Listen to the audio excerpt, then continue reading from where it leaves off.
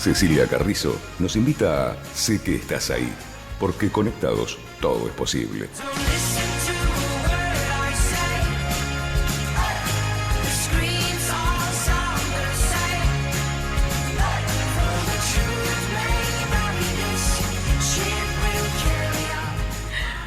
Hola, hola, hola, hola. Bienvenidos. Qué lindo recibirlos. Hola, Ceci. Olis, me dice Julita, qué linda, qué lindo. ¿Sabes que vengo a los lunes y voy imaginando su carita, encontrármela? La carita de nuestra productora, que es hermosa también. Es tan lindo llegar acá, es tan lindo encontrarse con la gente que conocemos hace poco con Martín. Y ya se quiere mucho, la quiero mucho a la gente, no se quiere, la quiero. Así que es lindo llegar acá. A vos hay que decirte feliz cumpleaños y feliz Día de la Madre y felices vacaciones. Ay, todo feliz. Muchas gracias. Todas felicidades. Muchas gracias. Recibí mensajitos hermosos por mi cumpleaños y eso me puso muy feliz. Así que gracias a todos. Gracias a todos por todo lo que han hecho hasta aquí y porque hoy están ahí del otro lado acompañándonos también, que eso para nosotros es lindo, es importante. Es importante porque tenemos ganas en nuestro programa, que se llama Sé que estás ahí, tenemos ganas de registrar al otro. Y justamente hoy, y especialmente con la presencia de nuestro invitado, que ahora les vamos a contar un ratito de qué se trata, quién es nuestro invitado, un invitado muy, muy, muy interesante tenerlo con nosotros. Aquí estamos, recibiendo el día 17 de octubre de 2016, con 19 grados 8, ya está acercándose el calorcito. Y muy contentos, y dándole por supuesto la bienvenida a nuestro querido Carlos Compaño. ¿Cómo va, Ceci? Muy bien, muchas gracias por estar acá con nosotros. Pero el mío es una costera. Y a nuestro querido Martín Ruiz. Grande, Martín. Buen lunes, buena semana para todos. Ay, bueno, muchas gracias. Gracias por estar acá también con nosotros. Aquí estamos, con ganas de empezar la semana juntos, con ganas de compartir con nuestro invitado un programa especial que estamos seguros de que les va a gustar. Aquí estamos en Conexión Abierta, Sé que estás ahí.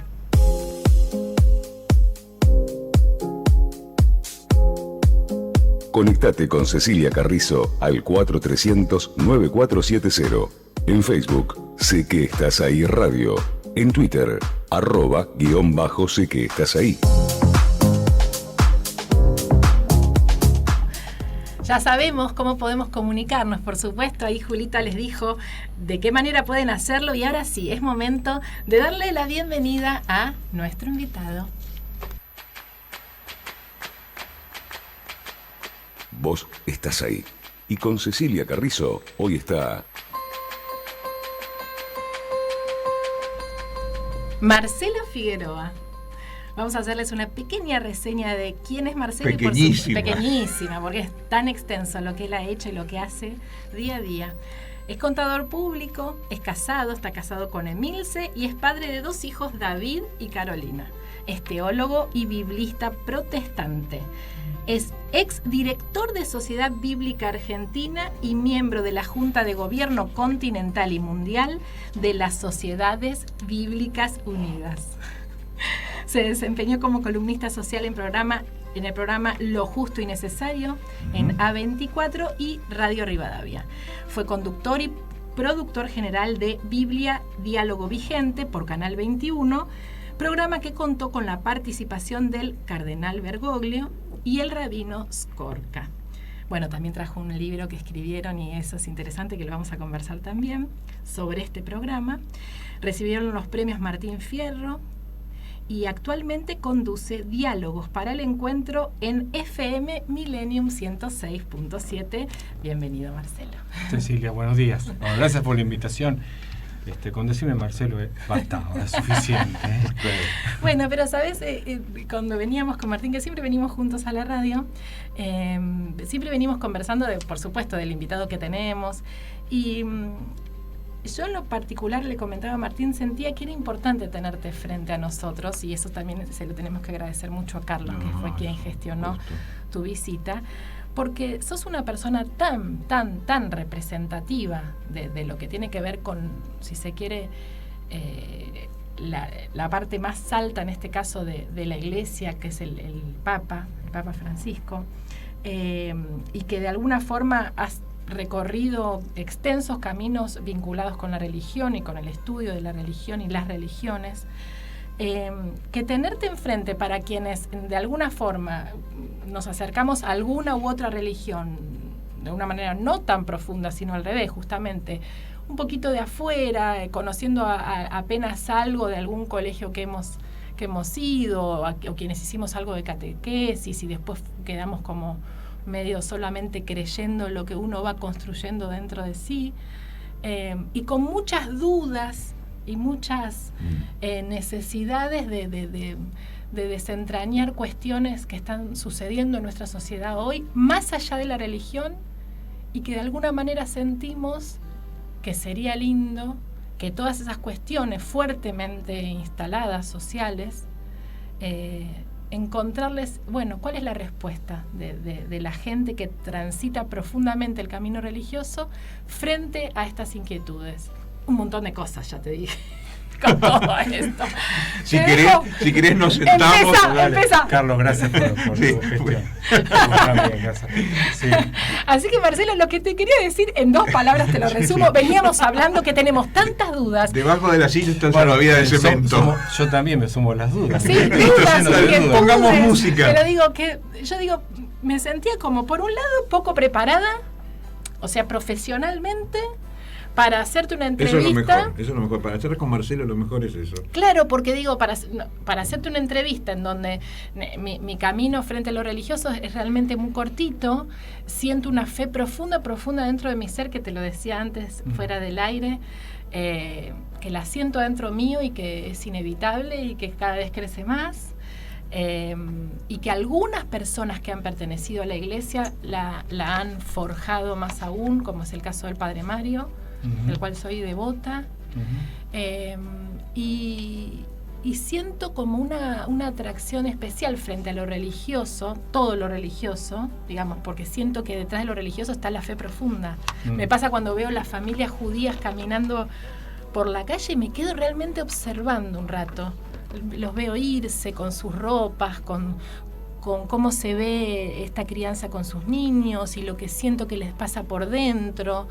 Y esto, digo, qué lindo cuando la gente siente una fe realmente profunda y que hace que la vida vaya acompañada de esa fe. Pero bueno, Marcelo, empecemos de a poco. Parece que es un mundo tenerte adelante, porque de verdad hay muchas inquietudes. Pero ¿cómo nace en vos esa primera sensación de querer caminar por el camino del conocimiento, si se quiere, de lo religioso? Me parece que hay necesariamente en todos nosotros, aunque no lo sepamos describir, una búsqueda muy profunda. A veces consciente o inconsciente, es una búsqueda que hacemos y es alguien que nos busca. Y a veces existe ese punto de encuentro. Me parece que yo te escuchaba atentamente, Ceci, y creo que de alguna manera, inclusive compartidos por todas las confesiones, especialmente por las que vienen del tronco abrámico, estamos hablando de religión judía, cristiana y musulmana en ese orden, sí. El conocimiento de que el hombre fue creado a imagen y semejanza de Dios.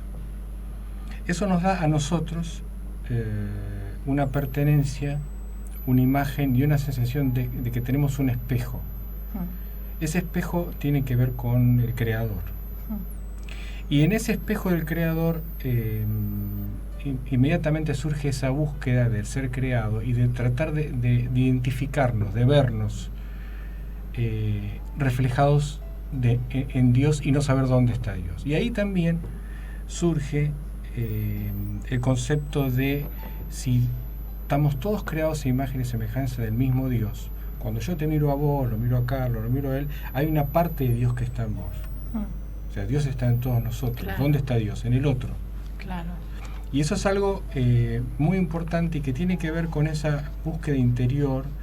San Agustín decía que todos nacemos con un agujero, digamos, este hueco en nuestra alma que tiene la forma del Creador.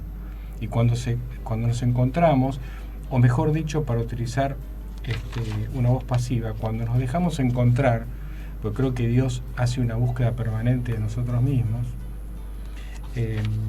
cuando buscamos y nos dejamos encontrar porque nos busca, se produce ese hecho misterioso que es la fe.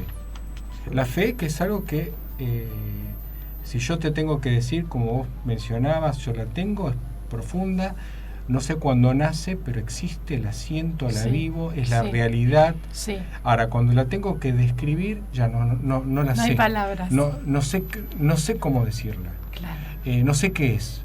Claro. Es como que se me escapa. Claro. Por eso la fe también es un misterio.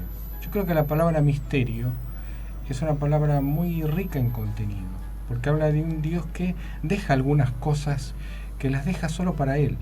Claro. O sea, y esto es también una ayuda para tratar de humildemente saber que no podemos entender todo lo de Dios. No podemos explicar a Dios. Por eso el término teólogo, a mí me parece, con perdón de los teólogos, casi una herejía, porque sería un estudio del teo, un estudio de Dios, como si Dios fuera un objeto de estudio. Y Dios no es un objeto de estudio. Dios es el creador del universo, que nos ha creado a nosotros a su imagen y semejanza, y que nos busca permanentemente. Es un Dios, además, que tiene una permanente vocación de comunicación. Esto está surgida a través, por supuesto, de la Biblia, de los textos sagrados, pero también de esa voz que a veces no sabemos identificar, que nos llama, que nos acompaña, que nos despierta a la noche, que nos sueña, porque somos parte también de esa voz creadora y de ese sueño que tiene Dios con nosotros.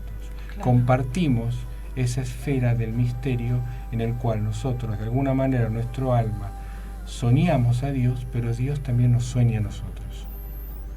Qué lindo lo que estás diciendo. Es una forma muy distinta de lo que se escucha generalmente de la descripción de la fe. Como se lo preguntaste a él nos habló del recorrido y nace de un acto humilde su reflexión. Y es que él no te lo puede explicar, y lo que nos cuenta, en definitiva, es para mostrarnos cómo lo vive él. Por eso es tan motivante, sí, ¿no? Pero Lo que además decís, Marcelo. Encuentro como, si se quiere, la diferencia de lo que vengo escuchando a lo largo de mis años, que ya son 43. Son jóvenes. Sí, son muy jovencitos. No, dame un cachito. Encuentro una diferencia en cuanto a eso de que él, o sea, porque siempre es buscarlo a Dios, está en todas partes, buscarlo. Y así se hincapié bastante en que él también nos está buscando. Pero por supuesto, mirá, aparte, tomando el relato mitopoético de la creación, en el cual, después de la caída, la voz que se escucha, obviamente sabía dónde estaba, en el relato, y sé que obviamente es un mito, pero tiene, a pesar de ser un mito, está en una escritura que está inspirada por el Espíritu de Dios, por eso lo entendemos como sagrado, en el cual Dios dice, lo llama a Adán, dice, ¿dónde estás? Lo busca. ¿Dónde estás? Obviamente que sabía dónde está. Claro. Adán no sabía dónde estaba perdido. Había perdido la referencia, había perdido el espejo. Él tenía que encontrarse a sí mismo, y la única manera de encontrarse a sí mismo era responder a quien lo buscaba. Él se había perdido, no solamente había perdido la conexión con Dios, sino que se había perdido a sí mismo. Y en ese laberinto tenía que emprender esa búsqueda del regreso a casa. Por eso la fe siempre es un camino. Sí.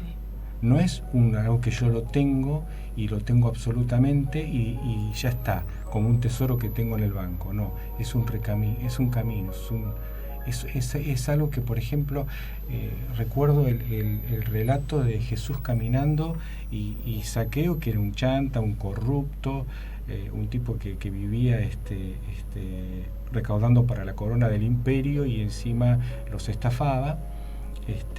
Zaqueo sube a un árbol para ver a Jesús pasar. Y Jesús lo llama y lo invita, y le dice, quiero ir a comer a tu casa, que era un escándalo absoluto ir a comer a la casa de un hombre que cobraba impuestos para Roma y encima con corrupción. Pero también, y la otra parte de la historia, la otra parte del espejo, es que Zaqueo se deja ver, se deja buscar, se deja llamar. Como que hay un lugar en él que busca que en realidad cuando Él sube se deja ver. Y yo creo que nosotros a veces nos escondemos de este Dios. Pensamos que lo buscamos, pero nos escondemos porque nos asusta. Porque quizá tengamos una imagen distorsionada de Dios. Absolutamente distorsionada, y en algunos casos me parece que tiene que ver con la toxicidad de las instituciones.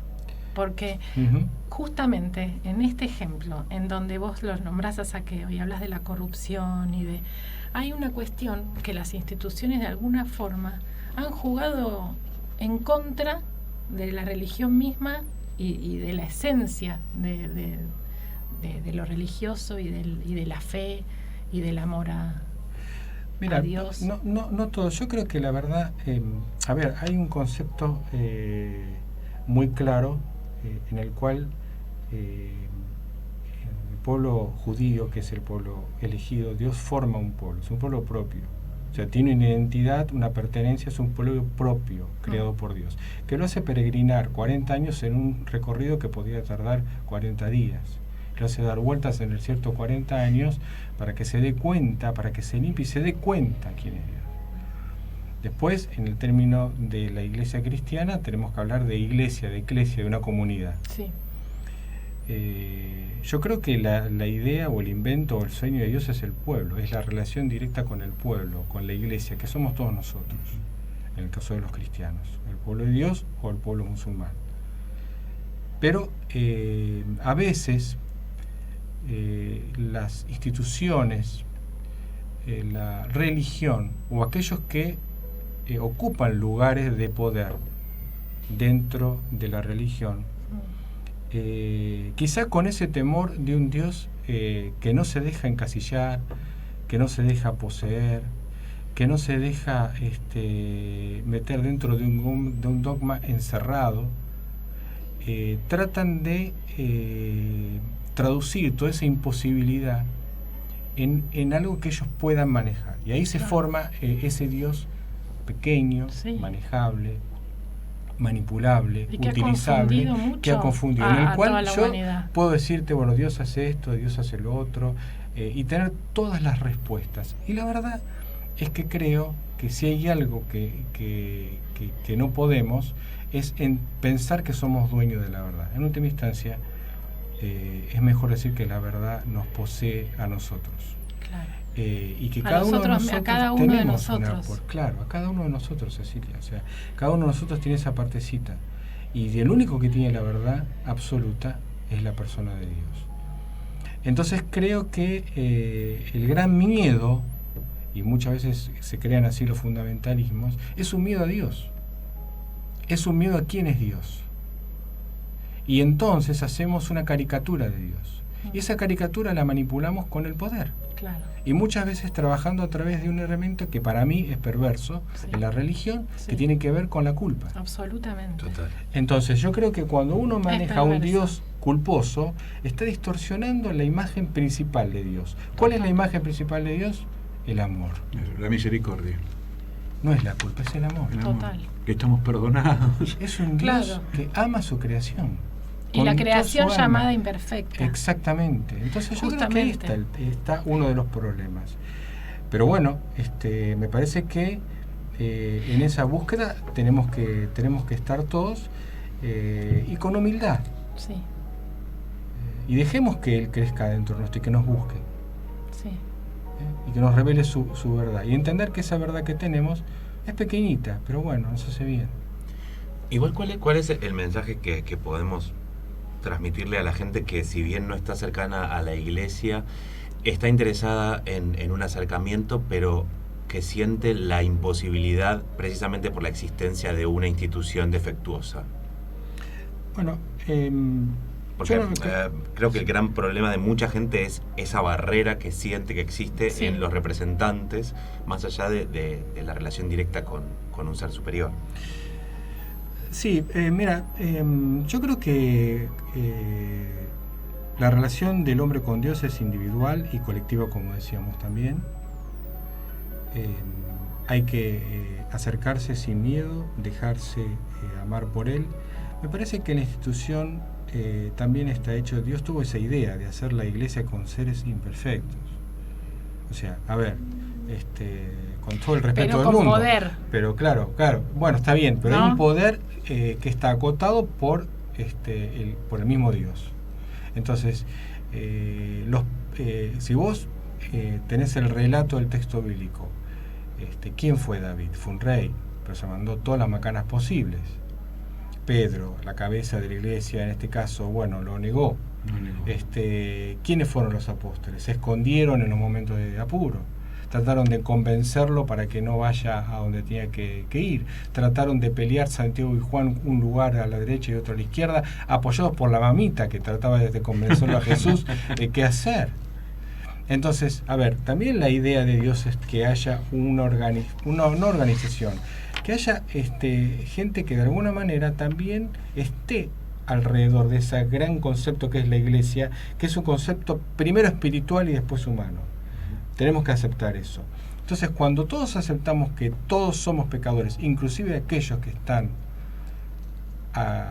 dirigiendo la iglesia, claro, o las comunidades judías o musulmanas o quien sea, bueno, entonces quizás nos acerquemos de otra manera. Ahora, cuando yo creo y demás, que me la creo, que el que está delante tiene la verdad absoluta y yo solamente tengo que aceptarlo de él, bueno, ahí tengo el problema. Eso para mí es la gran confusión, es una de las grandes confusiones, especialmente en la iglesia, me parece, ¿no? En la iglesia católica. Hay un idioma universal de todo lo que estamos hablando y que es esta actitud de humildad. Y otra de las herramientas es la música. Vos que trabajás en FM Millennium, seguramente muchas veces tenés la posibilidad de esas islas que significa el idioma universal de la música. Así que le vamos a pedir a Julia que pongamos un poco de música para seguir profundizando. La radio donde vos estás.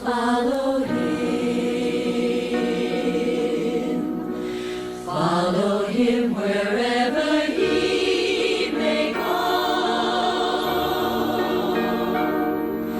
and near him I always will be, for nothing can keep me away. He is my destiny. I will follow him. Since he touched my heart, I knew there isn't an ocean too deep, a mountain so high it can keep me away from his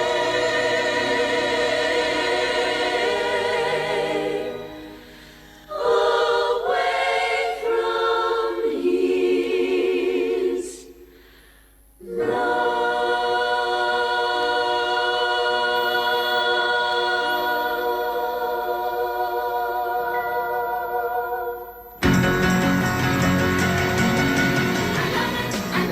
I love it, and where he goes I'll follow him. Ahora sí, este es un programa realmente como para hacerlo ómnibus, un programa de 5 horas, porque tenemos tantos temas y es tan interesante escucharte. En cuanto al lugar que ocupas, que te han hecho ocupar, que ahora vamos a hablar un poquito de eso si querés, y también por esta cuestión de cómo transmitís lo que sentís y lo que te has instruido y cómo lo vas administrando para dejar en el otro nuevas construcciones. Tu tarea de pastor, ¿no? Esta entidad que aconseja, que acompaña, que escucha, que contiene, que da pistas, que quizás no resuelva, pero desde la espiritualidad que es un abrazo, desde la espiritualidad que es una citación de un texto, que es la comprensión del escuchar cuando alguien está desahuciado o angustiado, ¿no? Este rol de pastor, ¿no? Del rebaño, del abrazo, ¿no? Sí, yo quiero aclarar que no soy pastor. Gracias a Dios. Una tarea más. Pastor con olor a oveja, yo soy oveja con olor a pastor. Está muy bien. Pero aparte, no sé, tengo mucho, obviamente formo parte de una comunidad protestante que tiene un pastor, que tengo mucho respeto por el pastor, pero a ver, es yo una tengo cuestión mucho familiar, miedo. digamos, cuando el estar sumado a la comunidad protestante fue una herencia de familia. No. Ah, eso. No, yo fue? nazco de una iglesia, de una familia mixta, una familia católica, digamos, tradicional, Sí. que va a la iglesia cuando le tiran agua, después cuando le tiran arroz, después cuando le tiran tierra, digamos. Sí. Y mi mamá de herencia protestante, ¿no? Mi mamá venía de Suiza, y bueno, de herencia protestante, pero mi fe se despierta después de 24 años. Qué bárbaro. Pero con esto que Carlos mencionaba acerca del pastor, a ver, no estoy diciendo que no al pastor, al contrario, es una tarea enorme y hermosa, pero yo tengo mucho miedo, mucho temor, porque uno se puede hacer mucho bien, pero también puede hacer mucho mal. Claro que sí. Porque, a ver, cuando, salvando la distancia del médico, el pastor, o el sacerdote, o el imán, o quien sea, trabaja con la persona, pero trabaja con el alma de la persona. O sea, influye más que trabaja. Entonces, en el alma de la persona se puede hacer mucho bien, se puede sanar, se puede tirar aceite, se puede curar, se puede acunar, se puede abrazar, pero también se puede hacer mucho daño. Y las heridas y el daño en el alma no se cura con curitas, demanda mucho tiempo. Lo que requiere una gran responsabilidad. Exactamente. ¿no? Y vos Ojalá los pastores tuvieran tanto miedo como vos. que hay que tener un temor reverente. Porque eso a ver, les haría por lo menos ser más cuidadosos. Bueno, claro, yo creo eso. Soy crítico con respecto a eso porque creo que he visto también hacer mucho mal, como mucho bien. Y vos mencionaste, Carlos, una palabra que para mí es clave en todo esto y que forma parte de una concepción también que tiene que ver con lo que uno interpreta muchas veces la actitud de Dios, que es el silencio. Pero el silencio que se escucha. Me pasa muchas veces que yo voy a ver a una persona que está pasando un momento difícil, la voy a ver, la recibo, la voy a acompañar, me habla 2 horas seguidas de lo que le pasa y yo no le dije una sola palabra, la escuché. Termina la charla y me dice, ay, me hizo también hablar con vos. Claro. Y yo dije, yo no hablé nada. Claro. Esa persona, la forma de pastorear esa persona y la forma que Dios también hace muchas veces, no es tanto hablar, aturdirte, es escucharte. La gente hoy, en su espiritualidad, está cansada que le bajen línea. Está necesitada, urgida a ser escuchada. A ser escuchada de lo profundo de su ser, porque tiene heridas, porque tiene lastimaduras, porque en el camino de la vida se tropezó, se desanimó. Entonces tiene una necesidad espiritual, teológica espiritual, de que alguien de verdad la escuche, lo mire a los ojos, le abrace. Y ese es Dios. Ese es Dios. Ese es el Dios que... Ese es el Dios de la Biblia. Claro, que te escucha y que muchas veces hace silencio y que no te da todas las respuestas, pero sí te escucha. Y que muchas veces, Bergoglio lo decía, y cuando un momento de mi vida estuve muy enfermo, Bergoglio ya siendo papa, cuando se enteró de mi enfermedad, habló con mi esposa y él le dijo a mi esposa, una forma de acompañarla también, digo, yo me enojé con Dios cuando me enteré de la enfermedad de Marcelo. ¿Y por qué? Porque él muchas veces dijo, inclusive en el programa, en lo que hemos compartido, bueno, tirarle la bronca a Dios es una gran forma de rezar. Claro. Entonces, no es un Dios en el cual muchas veces las cosas que me pasan yo tengo que encontrar exactamente un manual del por qué ni del para qué. Son 2 preguntas que no me sirven. El por qué nos muestra algunas veces en cosas terribles que nos pasan un Dios que tiene una gran dosis de perversidad. O sea, hace que vos sufras para bajarte línea sobre una cosa que tenés que hacer. Ese no es el Dios de la Biblia.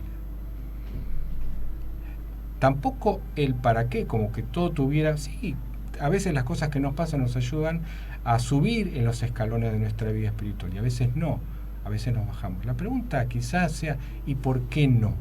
Claro. Ahora, en ese ¿y por qué no? Yo sé que en esa ausencia de respuestas, en esa ausencia de un papel que me explique lo que está pasando y que me ayude en lo que estoy padeciendo, en lo que no me deja vivir, dormir, comer y que no entiendo, alguien que me explique, en esa ausencia, en ese silencio hay mucho amor, Pero en ese silencio y en ese amor hay una presencia que tenemos que entenderla, que existe, esa presencia. Compartir invisible, el silencio es una gran compañía. Es una gran compañía, Claro. y es un gran respeto. Exactamente. Muchas veces hablando con Rabino, me decía, cuando nosotros tenemos una norma de los grandes rabinos que dicen, cuando vayas a un velorio, cállate la boca, vas a ver al deudo, nunca hables hasta que el deudo pronuncie una palabra. Claro. Que el otro hable. El silencio también es amor, siempre que se escucha. Y esa escucha que abraza. Vos te das cuenta, Carlos, Ceci, cuando alguien te está escuchando y te está mirando a los ojos con ternura y te abraza con el alma Te dice y todo. se conecta con vos con el alma. Y ese es Dios. Y si nosotros queremos ser el espejo de esa imagen y semejanza que hablábamos al principio, por lo menos, y aún sin saber teología, sin ser pastor, ni cura, ni sacerdote, ni imán, ni lo que sea, está bueno abrazar con la mirada, abrazar con el alma, acompañar, a veces sin palabras, pero si estoy con vos, yo te escucho, no entiendo igual que vos, no tengo la respuesta, quizá nunca la tengo, pero sí estoy con vos, a tu lado, y esa presencia sana, mucho más que 1.000.000 de palabras, que a veces pueden hacer daño. Sí. Nos quedamos en silencio justamente por lo que estás diciendo. Acá traje a un señor que en su momento causó mucho revuelo, que es Leonardo Boff. Y bueno, dice: servir al prójimo en quien Dios está, eso sí nos compromete, porque el prójimo no es una abstracción, no vive en las nubes, ni es un fantasma de la mente. Es alguien situado en una realidad en la que puede haber miseria indignante, injusticia lamentable y egoísmo descarado. Mira, en el último mensaje de Francisco, por video al pueblo argentino, mete algo de teología ahí y dice, como dice Mateo 25. No lo desarrolla porque no tiene tiempo, ya bastante habló 11 minutos. Pero si uno va a Mateo 25, es un momento en el cual Jesús habla con la crema de los que están alrededor, los 12, entre los cuales recordemos que estaba Judas. Y le dice, la verdad, muchachos, todo bien con ustedes, me siguen, duermen conmigo, me acompañan, se la juegan, todo bien. Ahora, yo el día que tuve hambre no me dieron nada de comer, tuve sed, no me tiraron un vasito de agua, Claro. estuve en cana y no me vinieron a visitar, fui extranjero y no me recibieron, tuve frío y no me tiraron ni una manta, viejo. Claro. Te estoy haciendo en una traducción de la Sí, Biblia sí, sí. Marcelo, ¿no? Sí, sí. Entonces los apóstoles empezaron a mirar y dice, pero pará, nosotros hace 3 años que estamos todo el tiempo. ¿Cuándo tuviste hambre, tuviste sed, tuviste frío, tuviste en cana, fuiste extranjero?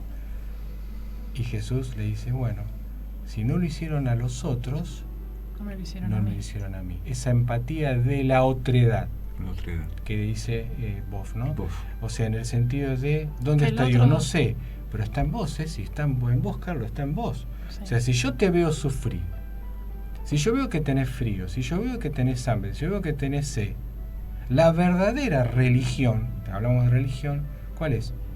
Darte de comer, darte de beber, porque en tu imagen yo me veo y veo a Dios mismo. Es un gran, no es un juego de palabras, es una unidad que no se puede separar. Por eso muchas veces, a veces la religión es utilizada como una libis, como un opio. Como un opio. ¿Por qué? Porque es un Dios que me sirve a mí, que me bendice a mí, que me consuela a mí, que me ayuda a mí, Que me hace confirma mi prosperar a mí, pensamiento. que piensa igual que yo, Qué de bueno, doctrina, qué qué bueno. bárbaro. Afianza mi verdad. Claro, solamente está para mí, rezo a la mañana y ayúdame a mí, y aunque, bueno, reventar a la vecina, pero esa es una imagen distorsionada, chiquita, muy, muy pequeña. Mezquina. Dios está diciéndote, mirá al otro, porque yo estoy ahí.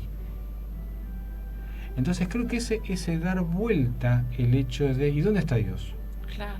Bueno, está en todos lados y está en el otro. Y eso es lo que Leonardo estaba marcando, Sí. ¿no? Y eso que decís, que si ves a otra persona que le está pasando algo por lo cual está sufriendo, es inevitable, digamos, si uno realmente registra al otro, que le duela. Ahí O está. sea, te duele porque a él le está doliendo. ¿Qué es conmoverse? ¿Qué significa Eso. conmoverse? A ver. Moverse con. Ujú. O sea, si yo digo que a mí algo me conmueve, pero me quedo quieto, no me conmueve nada, me pone triste, Sí, sí. me da pena, me da lástima. Ahora, si me conmueve de verdad, yo me muevo con. Te hizo mover. O sea, me muevo con. Si yo Claro, te veo claro. que vos estás Lo mal, otro me te muevo con, te movilizó. acompaño. Mira, dejo todo lo que estoy haciendo. Ceci, voy y te acompaño. Carlos, voy y te acompaño en esta. Tenés que ir al médico, vamos juntos. Yo creo que por eso toda esa la religión está tan lejos de la lástima. El amor es tan lejos del sentir tristeza por el otro. Eso que vos decías, tiene que haber una empatía. Porque Dios es así. Entonces creo que ahí se empiezan a acomodar un poco todas las fichas de cuál es la verdadera fe, la religión. Bueno, la verdad ya lo hablamos. Bueno, la verdadera religión, si la querés practicar, obviamente, anda a misa, a la parroquia pastoral, iglesia, Está bien, eso a sí. donde quieras ir, a la sinagoga, no importa. Ahora, entendé que cuando estás viendo una necesidad de alguien y no te conmueve y no te mueve en algo en vos que, como vos decías, que te impacta en el alma, que te duele de verdad, que lo sentís como propio, me parece que ahí está una de las claves. Y yo creo que Dios siente el dolor nuestro como propio. Eso que yo hablaba del sueño, también lo siento con el dolor. O sea, yo creo que el corazón de Dios sufre con nosotros, Sí. se conmueve con nosotros. Y eso es una imagen tan lejana a ese Dios que está ahí con un garrote marcando todas las cosas Juzgando. que hicimos, juzgando. No, yo siempre le digo, mira, yo no juzgo a nadie, ¿sabes por qué? Porque ni Dios me juzga a mí. Entonces yo, digamos, sí va a haber en definitiva un juicio. Bueno, los cristianos sabemos que Jesús es el garante en ese momento y es el justo.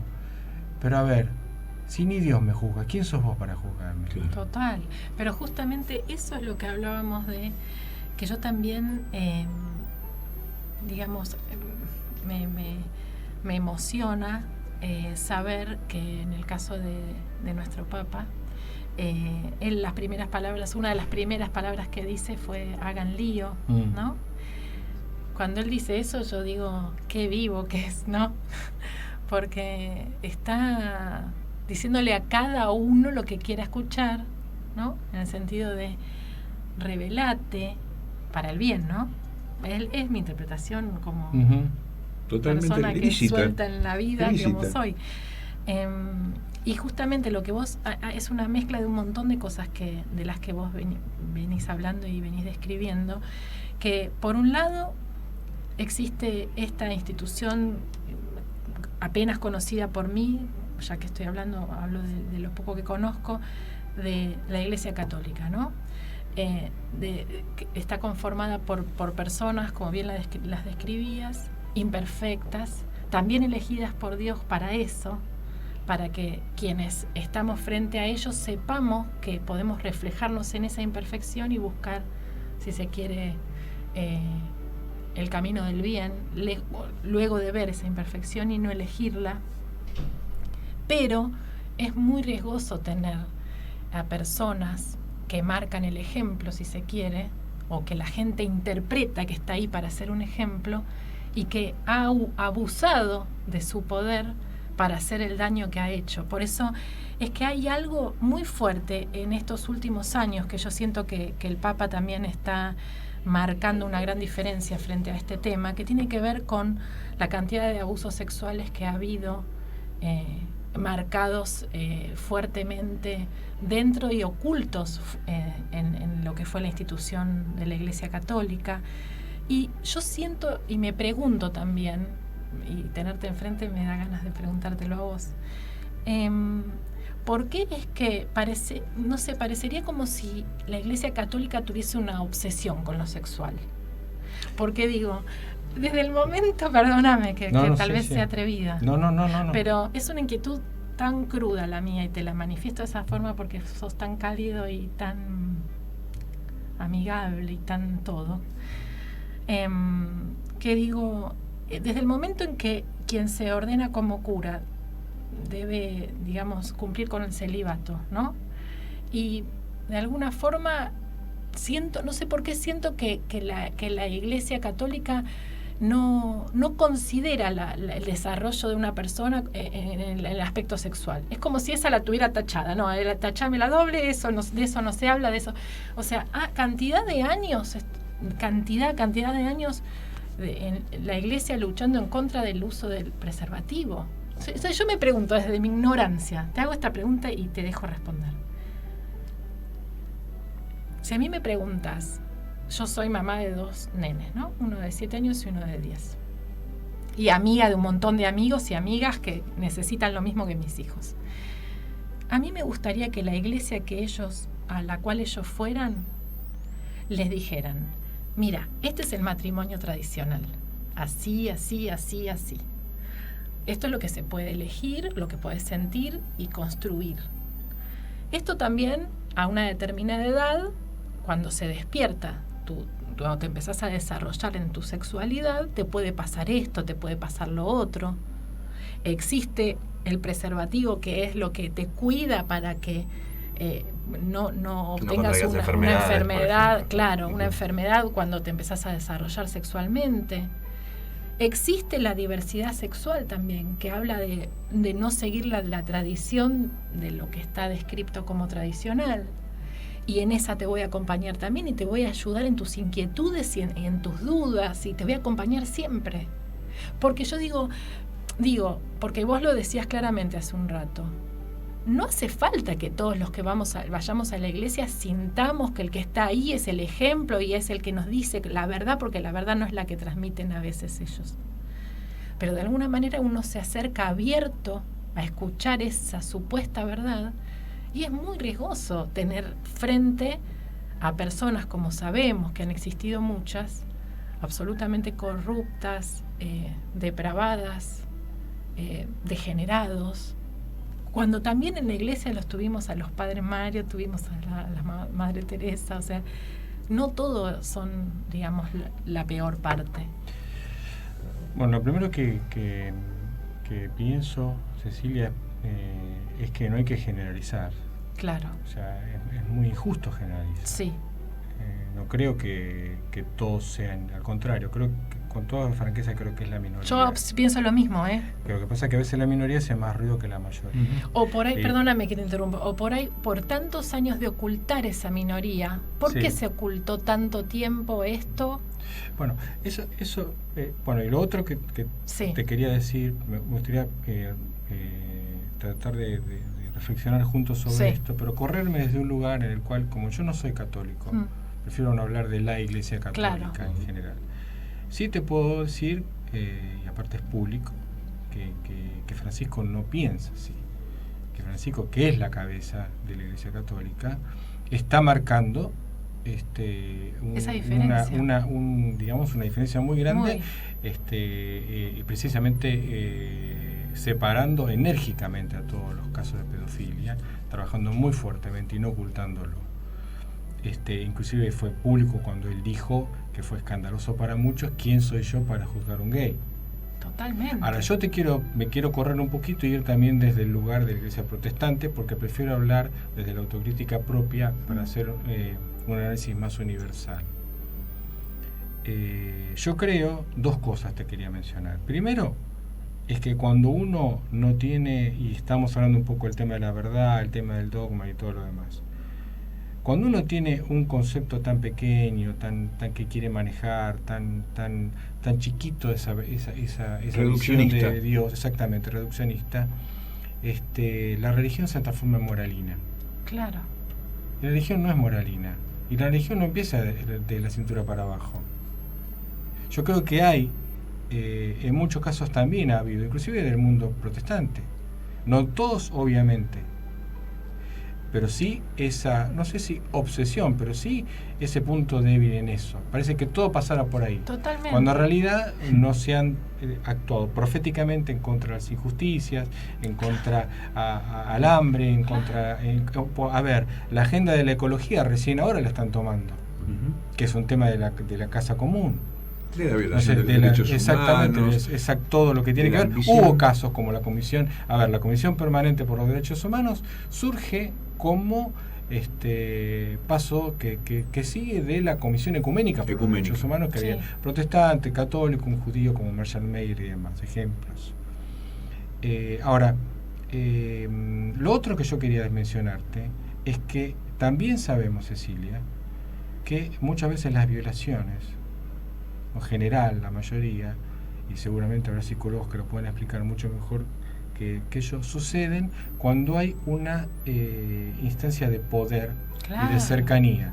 Entonces, ¿por qué también la mayoría de las violaciones de niñas suceden en los ambientes de familia con parientes cercanos? Porque hay una instancia de uso de poder, de confianza, de manipulación, de culpa, de silencio, y eso también sucede en ámbitos religiosos. Claro. Porque existe esa relación del poder, del que tiene, de que ejerce, y que de alguna manera, y que abusa de eso. Primero que es el caso del profesor de música, el profesor de gimnasia, exactamente. Y el colmo en las cárceles. Pero claro, bueno, yo creo que hay todo eso que tiene que ver con una perversión que atraviesa toda la sociedad y todo aquel que tiene espacio de poder, no solamente en el ámbito de la religión. Obviamente que es más escandaloso. Es más escandaloso y además la persona está como más entregada, si se quiere. Obviamente que sí. Y más vulnerable. Vulnerable y lábil. Claro. Ahora, yo lo que creo es que por eso te decía, discúlpame, que me emocionaba sentir, porque no solo lo escuché, sino que sentí que lo que manifestaba era su verdad, que él estaba luchando en contra de eso y también cuando habló de la homosexualidad me pareció que es lo natural y que es lo justo. Me parece que, bueno, volvemos al concepto anterior, o sea, me parece que lo que, nosotros hablamos teológicamente que hay llaves hermenéuticas, ¿no? Para analizar un tema, o la Biblia, o el dogma, o la religión, tenés algunas llaves hermenéuticas, como para analizarla. Bueno, hay 2 o 3 llaves que vos tenés, que hay una llave que para mí no te falla nunca. Cuando vos entras a la Biblia, al texto sagrado, a la Torá, al Corán, para mí, en el caso mío personal, la Biblia, hay una llave hermenéutica que a mí no me falla nunca, que es el amor. Entonces porque uno puede mirar un texto o la religión de acuerdo a los anteojos que uno se pone. Totalmente. Es muy difícil ser 100% objetivo. Totalmente. En realidad es imposible. Entonces yo elijo desde qué lugar lo miro. ¿Cuáles son los anteojos desde el cual miro mi fe, la religión y lo miro a Dios? Yo elijo mirarlo desde el amor. Entonces desde ese lugar yo no puedo juzgar al otro por lo que es, por su color, por su diversidad de sexo, por lo que sea. Claro. No lo puedo hacer.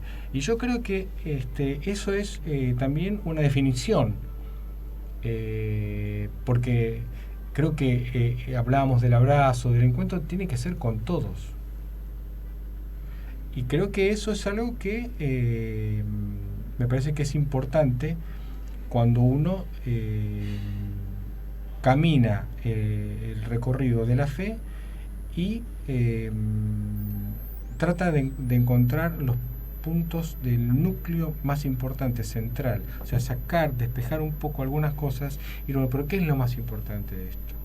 Y yo creo que eso es fundamental para todos los órdenes de la vida. Llega un momento, Cecilia, Carlos, ¿cómo era tu nombre? Martín. Llega un momento en la vida de todos que nosotros tenemos que seleccionar desde qué lugar nos paramos para vivir. A todos nos ha pasado, por diversas cosas que nos pasan, la vida transita, bueno, ¿de dónde me paro? Eso va a determinar cómo miro al otro, cómo miro la vida, cómo vivo mi propia vida. Mi libre albedrío, ¿no? O sea, ¿desde dónde me voy a parar? Yo elijo pararme desde el amor. Porque si me voy a equivocar, prefiero equivocarme del lado del amor. Ahora, si me paro al lado del juez, del dogma, del que lo sabe todo, entonces ahí, de la soberbia, bueno, eso, yo creo que el gran pecado del hombre delante de Dios no es sexual, es la soberbia. De creerse Dios. Exactamente. Y lo contrario del amor que hablamos antes no es el odio, como muchas veces se ha dicho, es la indiferencia. Entonces yo creo que si hay un gran pecado, tiene que ver con eso. Parece que todo lo demás es menor.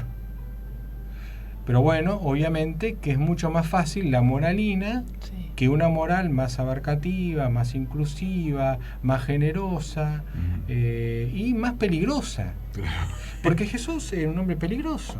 O sea, era heterodoxo, desde todas las maneras que lo quieras mostrar, inmanejable. Y era un hombre que permanentemente estaba contra las barreras de su... A ver, Jesús nunca discutió ni con los pobres, ni con los pecadores. Al contrario, sus discusiones fuertes fueron con los que se creían dueños de la religión. Que los llamó hipócritas y demás. Nunca se peleó con los otros, al contrario. Y se dejó acariciar, lavar los pies por la mujer. Puso como ejemplo muchas veces, y está plagada el Evangelio, a gente que era de otra fe, como los samaritanos, que se odiaban entre sí, porque tenían otro lugar de oración, otro monte que no era el monte de Jerusalén. Sin embargo, los ponía como ejemplo. Claro. Sean como este samaritano. O sea, era un escándalo. Entonces me parece que ese es el Jesús que a mí me enamoró. El Jesús que rompe esas barreras, y si con alguien se pelea, que al final, la verdad, la corporación religiosa unida con el espacio político hicieron un juicio en el cual lo terminaron matando a él. Pero esa es la verdad de la historia. Entonces ese es el Jesús que me enamoró. Y Jesús es, para los cristianos, Dios hecho hombre. No tenemos la libertad, digo de esta manera, de imaginar cómo sería Dios si fuera como nosotros. No tenemos, bueno, está ahí está. Y la trascendencia que a mí me parece como estamos terminando el programa y uno dice, y en definitiva, ¿cuál es la luz? ¿Cómo seguimos? ¿No? Y está en ese ejemplo que es en el paso siguiente, que es la resurrección, ¿no? Es la resurrección de la vida, ¿no? Cristo vence a la muerte. La trascendencia de este viaje del alma corporizada en estas insignificancias que somos, es esta posibilidad de que esta construcción de que todos somos amor y que todos nos realizamos en conjunto, que trasciende nuestra corporalidad, nuestras miserias, es la resurrección de Cristo, ¿no? El hecho de que esa muerte, en definitiva, es un tránsito. Claro. Y ese relativismo de que ¿qué me va a pasar si no tengo la plata? ¿Qué me va a pasar si no puedo? ¿Qué me va a pasar si me juzgan? Pero estás perdonado, tenés libre albedrío, y esto continúa, no de la manera que lo puedas entender, sino a través de tu fe, ¿no? Exactamente. La resurrección es de alguna manera, esperanza. Es la esperanza. Es la esperanza. Es la vida eterna. Es la esperanza. Yo creo que otra gran palabra es la palabra esperanza. Porque el que está esperando tiene en su corazón un calorcito especial. Uf. O sea, cuando yo espero, estoy esperando lo mejor. Y en esa espera quieta, en el caminar, pero siempre estoy esperando. Estoy esperando a que Dios me vuelva a acariciar, estoy esperando volver a encontrarme con Él, estoy esperando volver a ver a mis seres queridos que se han ido. Él espera. Y esa espera también es una gran palabra. Y Dios es un Dios que te espera. A ver, si uno está alejado de Dios, se siente alejado, quédate tranquilo, Dios se está esperando. Y hay algo que nosotros hablamos mucho con mis amigos rabinos, y decimos, mira, a ver, nosotros estamos esperando que el Mesías venga otra vez, ¿sí? Ustedes están esperando que venga por primera vez. No sea cosa que en la ironía de Dios nos encontramos que es la misma persona. Sí. Qué hermoso. Está buenísimo. Terminamos un programa que realmente es para agradecerte tu presencia, tus palabras. Más que tus palabras, lo que se siente con tus palabras. Así que fue muy lindo. Nos estamos despidiendo ya. Buen viaje, Marcelo. Buen viaje, Marcelo. Buena tarea con el Observatorio Romano en la versión en castellano. Ciclópea tarea que te pone a vos en silencio para poder escuchar a través de ese periódico la palabra, ¿no? La que tiene que se oír, es la voz del Papa. No soy vocero ni nada, y la que se tiene, soy invisible. ¿Y tu tarea específica cuál es, Marcelo? Y yo soy el responsable de los contenidos de la edición española después de 155 años. ¿Y cómo te sentís con frente a eso? Con un miedo bárbaro. Miedo, no. Pero bueno, igual tu miedo, como lo describiste antes, es maravilloso. Cuando hablabas de la función del pastor. Es un miedo. Está lleno de esperanza. Yo aparte estoy tranquilo porque la decisión fue de él. La verdad es que es una enorme responsabilidad, pero bueno, es después de 155 años este periódico es la primera vez que va a ser una edición en este caso que va a tener contenidos propios. Qué bárbaro. Y bueno, y creo que eso va a ser interesante. Sos el responsable de esos contenidos. Contenidos para Argentina, y también la alegría como evangélico que voy a acompañar en el avión por el observatorio al Papa Francisco dentro de pocos días, el 31 de octubre, que comienza la conmemoración, no celebración, porque no se celebra el escándalo de la separación, digamos, de la Reforma Protestante, que sigue siendo un escándalo. No se celebra, se conmemora el comienzo de los 500 años de la Reforma, y allí estaremos en Suecia. Bueno. Mucha suerte en tu viaje, que sea todo con y gracias por tan lindo espacio y tener la paciencia de escucharme. Muchas gracias. La necesidad. Nos despedimos entonces, ha pasado un lunes más, fue muy lindo estar con ustedes.